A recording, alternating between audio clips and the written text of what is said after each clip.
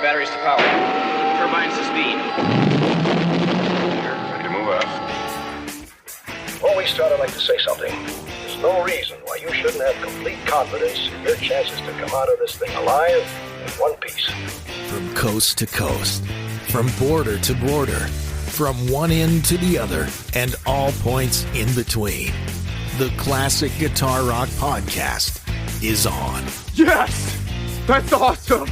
We crank up and break down the great guitar-driven rock of the 70s and 80s, and you are invited to come along. We got a full tank of gas, half a pack of cigarettes, it's dark, and we're wearing sunglasses. Hit it. And now your hosts, Jeremy and Jeff. 1/2 teaspoon for fast, effective relief. It's time for the Classic Guitar Rock Podcast. Welcome back to the Classic Guitar Rock Podcast. I'm Jeremy, super glad to have you here today. Jeff is not here today. Jeff is getting ready to spend some time down in South America. So our plan is for the next episode, he will join us from South America. Now, if you remember at the end of the last episode, Jeff kind of threw us for a loop when I asked him, hey, what do you want to review for our next classic album review? And he said, I know this isn't really considered classic rock, but I would love to talk about Blackberry Smoke.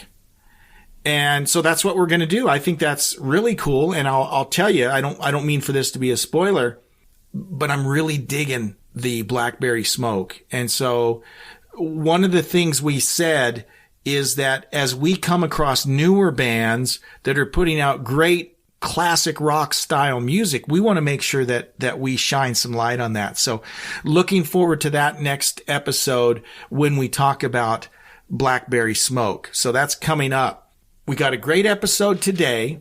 And before I tell you what we're going to do, I do want to talk about an email I got, which will kind of get me into another point I want to make. So Eric Mason, who wrote to our email address, classicguitarrock@mail.com. You can do the same. He writes, I may be late to the party, but have you checked out Dirty Honey? I think they're great. Young, old school rockers. Love the podcast. Keep up the good work. Thanks so much, Eric. And again, you can email us at classicguitarrock@mail.com. If you have any recommendations or suggestions, we'd love to hear them. But Eric brings up the point I wanted to talk about, and that is Dirty Honey. I replied to Eric and said, funny you should mention Dirty Honey because I've been playing the heck out of them for the last couple weeks. Now, Dirty Honey's first album came out, actually an EP. An EP came out in 2019. So they've been around a couple years, but their latest album, which recently came out, is entitled California Dreamin'. And you will love this album. You'll hear some Aerosmith. You'll hear some, maybe some AC/DC, maybe some Humble Pie in there, but it's great rock and roll, and it sounds like American rock and roll. In fact, they do a really good cover of Aerosmith's Last Child. You might want to check that out. But I just want to make sure, if you haven't heard of them yet, that you give Dirty Honey a listen, their latest album, California Dreamin'. And thank you again to Eric Mason for mentioning them in his email.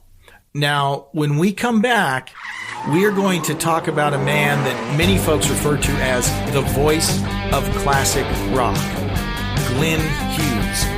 Very interesting guy, very interesting career, and we're going to talk about him when we come back.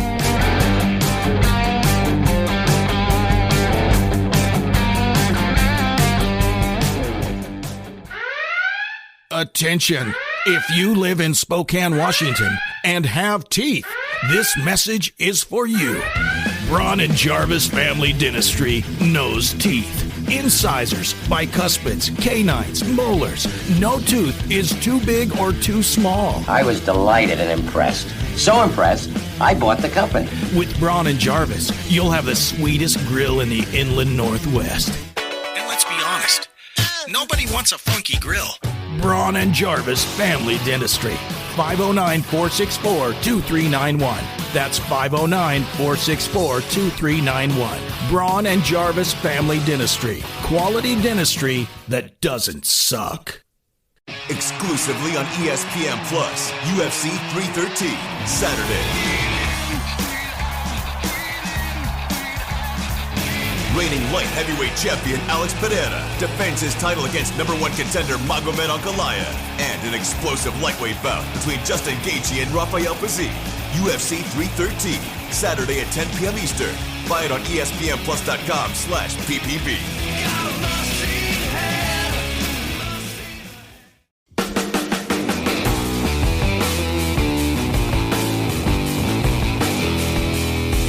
Welcome back to the Classic Guitar Rock Podcast. I'm Jeremy again. Jeff is preparing for his sabbatical in South America, so he is not here today. We're looking forward to having him back next week. Today, I wanted to talk about the great Glenn Hughes. Now, he's not a household name to most people, but man, his roots run deep in classic rock. You remember when we talk about the classic rock family tree and how it always comes back to Deep Purple or Black Sabbath? Well, this shows you how much cred Glenn Hughes has. He was in both of those bands. So he's one of the few people that were actually in Black Sabbath and Deep Purple. So we'll talk about his history. It's kind of interesting, kind of a cautionary tale too. But I am a huge fan of Glenn Hughes. And if you ever see an interview with him, he's just a very down to earth. He talks about the problems he's had, and I'll, cut right to the chase. His biggest problem for decades was drugs. He was an addict, and he talks about that and the struggle, he had. So from that angle, he's very inspiring in terms of what he was able to come back from. And that's one of the things that's very interesting about him. But of course, we're here to talk about the music. So we'll talk a lot about the music as well. But I'm just going to give you a list of some of the groups that he's been associated with. He started out in a little band called Finders Keepers, which didn't really do much, but then was in a band called Trapeze in the late 60s, early 70s. And that's where he was discovered by a guy named Richie Blackmore. But first, let's talk about Trapeze for a minute, because there's some interesting things going on there. Trapeze had a few different people, but the ones of note are really Glenn. Obviously, Glenn is a bass player and singer.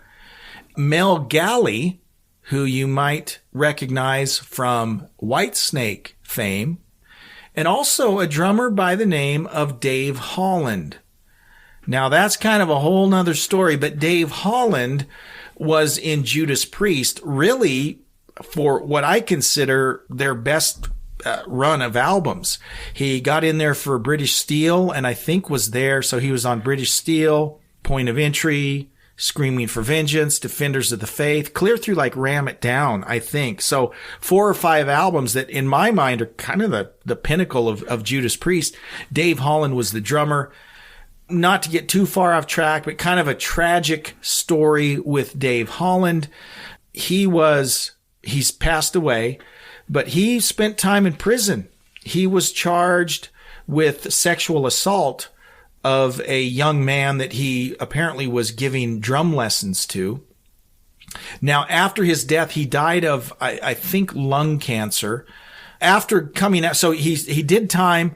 He got out and was living in Spain, and then died a few years ago. But one of the things that has come out since then is there have been a few articles that talk about the fact that Dave Holland was innocent. And of course, Dave always said he was innocent, and all throughout the whole thing, he never admitted to doing anything wrong, and he always claimed he was innocent. There is since things have come out that make it look like maybe that is the case. And again, we're not going to get into that. It's a tragedy either way, right? It's a tragedy if he was guilty. It's a tragedy if he wasn't guilty. But just kind of a sad ending to the career of a great hard rock drummer in Dave Holland. Anyways, I digress. Glenn Hughes played with Dave Holland and Mel Galley in trapeze. And then where he really splashes onto the scene is around 74, when he becomes part of 73, 74, when he becomes part of what we call Deep Purple Mark III. Now, those of you that aren't Deep Purple heads, Deep Purple is described in different eras, right? Mark I was the very first incarnation of Deep Purple when they sang Hush and, the old stuff, right? Then Mark II is kind of considered the classic Deep Purple lineup. That's with Blackmore, Ian Pace, Roger Glover, Ian Gillan. And for many folks, that's the classic Deep Purple lineup. Well, Mark III is when Glenn Hughes came in and replaced Roger Glover, and David Coverdale replaced Ian Gillan. And that's the famous Cal Jam 75 lineup where they started the fire on stage. We could do a whole episode on that. But that kind of brought in a whole new lineup, because now you had David Coverdale singing vocals, and Glenn Hughes was kind of a co-lead vocalist and bass player. He sang quite a bit. One of my favorite Deep Purple songs, Burn, features both Coverdale and Glenn Hughes. Glenn Hughes sings the high harmony and the high parts of that song. But that's the Mark III lineup. And then Mark IV is after Blackmore left and Tommy Bolin came in, and they kind of hit the skids at that point. Glenn Hughes was a major part of that Deep Purple sound there for a couple albums. And in fact, one of the reasons Ritchie Blackmore claims that he left, it's interesting. He brought Glenn Hughes and David Coverdale in, but then one of the things that spurred him to leave was he thought they were getting too funky, right? They were going in the direction he wasn't really wild about. And the rest is kind of history. He left and started Rainbow with Ronnie Dio and that sort of thing. But Hughes, had a modicum of success in Deep Purple. And after the demise of Deep Purple in the 70s, mid to late 70s, Glenn Hughes wasn't really doing much or not doing much that we took much notice of. But he pops up on a few things here in the 80s. And one of the interesting albums that I would highly recommend you check out is the Hughes Thrall album. And this is an album that came out in 1982. Pat Thrall was in the Pat Travers Band for a number of years, and these two got together for the Hughes Thrall album.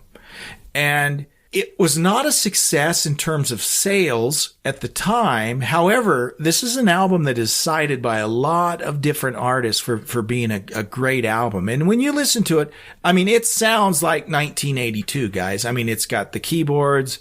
It's got, it's just got that sound of the early 80s. But it's a really good album. The performances are good. The singing's good. The guitar, it's good stuff. It just never got any traction. And again, this is part of Glenn's honesty coming through. He said the big reason that we weren't more successful is Pat Thrall and I were both drug addicts, and we couldn't tour to support it. They only did like 12 shows or something, and they were both so messed up that they couldn't promote it the right way. And that's really sad, because it's a great album and could have been a very successful album. So we have that album, the Hughes Thrall album, and there's a few other interesting things that happened. He had done some work in the early 80s with Gary Moore. Again, Gary Moore, phenomenal guitar player, and Glenn Hughes had done some work with him there. Later, around 1986, there's this little band called Black Sabbath. Perhaps you've heard of them. And there's an album called Seventh Star. Let's talk about Seventh Star for a minute. Seventh Star was started out as Tony Iommi's solo album. It was going to be a solo album. It's Tony Iommi's deal. And he brought Glenn Hughes in, Eric Singer, who's currently the drummer for Kiss. Eric Singer has played with just about everyone, by the way. Great drummer. Jeff Nichols, who had done a lot of keyboards for Black Sabbath previously, and bass player Dave Spitz, who's also played with a number of different people. Well, Tony Iommi puts this solo project together, and then all of a sudden, after pressure from management, specifically Don Arden, who, by the way, is the father of Sharon Arden, who, by the way, is Sharon Osbourne.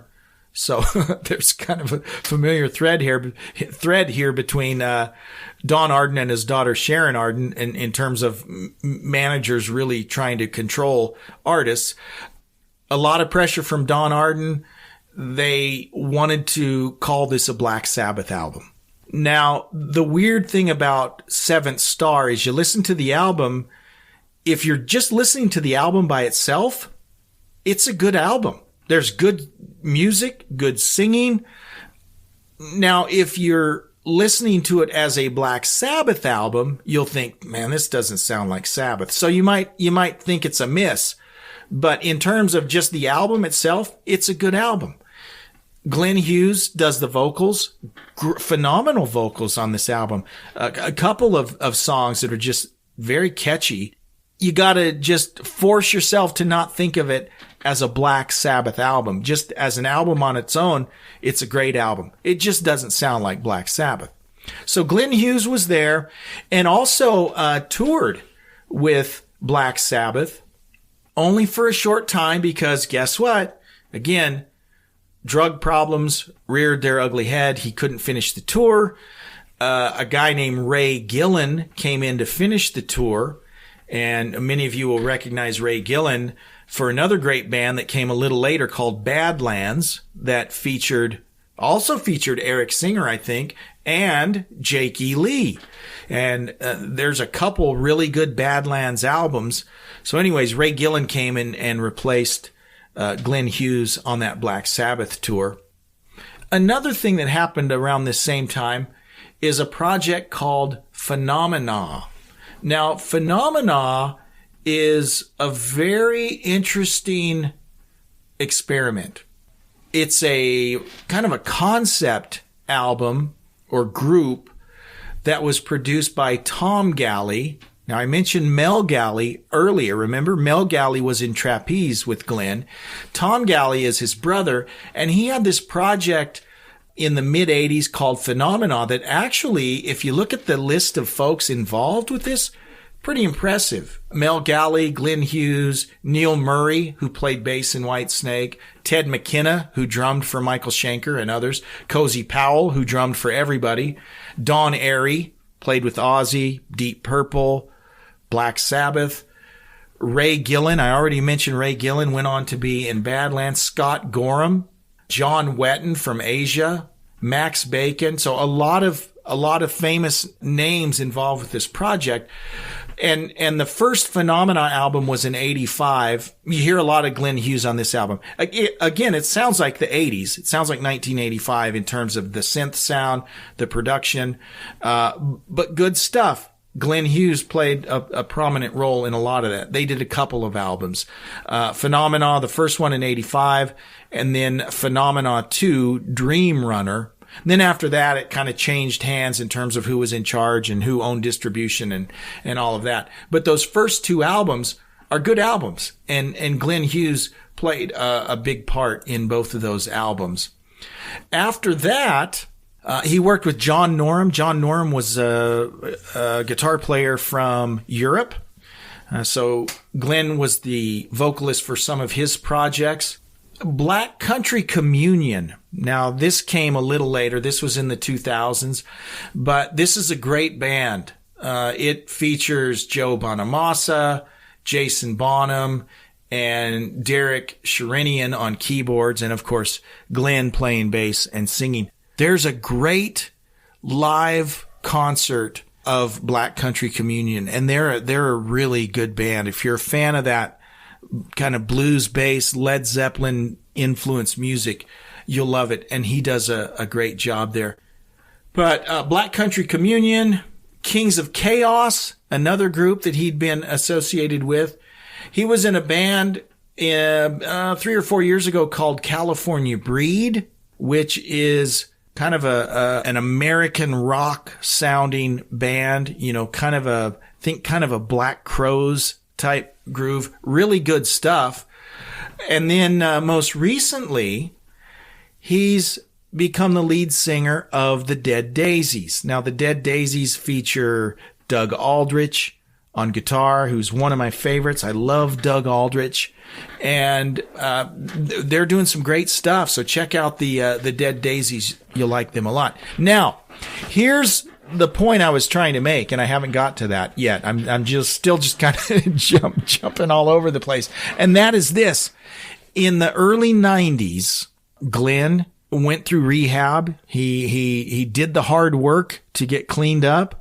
And ever since, he's stayed pretty busy and has put out some great stuff. And, I would definitely take the time to check out a lot of the work that Glenn Hughes has done with Deep Purple, with Black Sabbath, with Phenomena, with Dead Daisies, with Black Country Communion, a lot of different projects that he's been involved with. And he was born in 1951. So what does that make him? Does that mean he will turn 70? He will turn 70 in August of this year. So he's looking good, sounding good, playing very good for a guy who's 70 years old. And he has one of the most distinct voices. When you hear Glenn Hughes, instantly recognizable. And, he's no slouch as a bassist either. He plays a mean bass. But my invitation to you is go back and check out his body of work. He's really good. All right, guys, just kind of a short episode today. Thank you so much for listening. We also have our YouTube channel and a Facebook page and Twitter, so check us out in all those places.